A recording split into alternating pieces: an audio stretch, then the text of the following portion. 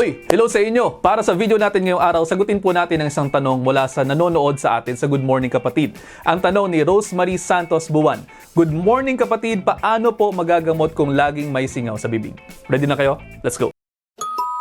Baka at this point, medyo hindi nyo na ako madalas makita sa sabi ni Doc sa Good Morning Kapatid, pero maaari nyo po naman ako makita sa Doctor Next Door sa 1PH. Pero anyway, ayun, magandang tanong ito kasi madalas din talagang nangyayari ang mga singaw niyan sa mga kababayan natin. Actually, kapag pabago-bagong panahon, isa ang mouth ulcers sa mga usual concerns ng aking mga pasyente bilang isang primary care physician tayo. Okay, ganito yan. Kahit saang area ng bibig po pwedeng magkaroon ng singaw. Po pwedeng sa gums, sa dila, sa palat, sa inner cheeks o di naman kaya sa inner lips.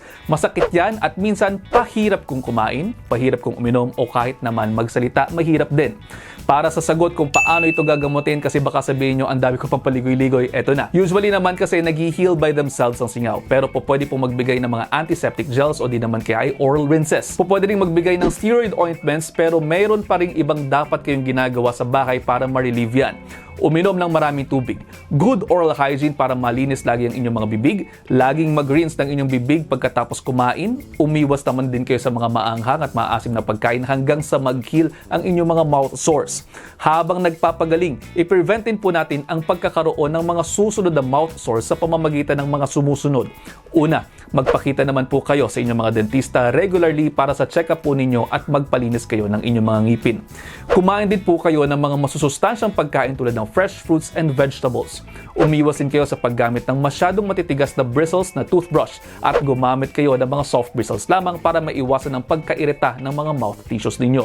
Usually naman, nawawala ang singaw around 10 to 14 days, so tiis-tiis lang talaga mga kapatid at ugaliing maglinis kayo parati ng inyong mga bibig. Pero kung talagang paulit-ulit na, best po na magpakonsulta kayo sa inyong mga doktor. Gayun din, kung hindi nawawala ang pananakit ng inyong mga singaw, mayroon po kayo paglalagnat, pagtatae, mabilis na pagbaba ng inyong mga timbang at iba pang mga sintomas na nakaka-bother sa inyo.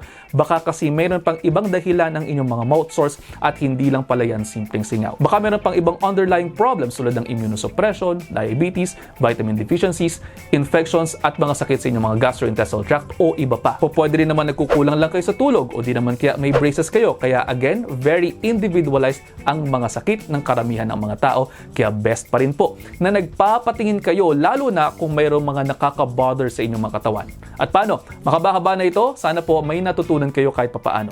Pero kung gusto pa ninyo balikan ang video na ito, wala pong problema dahil ang gusto ko lang naman talaga ay maging healthy kayong lahat. Yun lang for now, i-digest nyo muna. See you next episode. Ingat,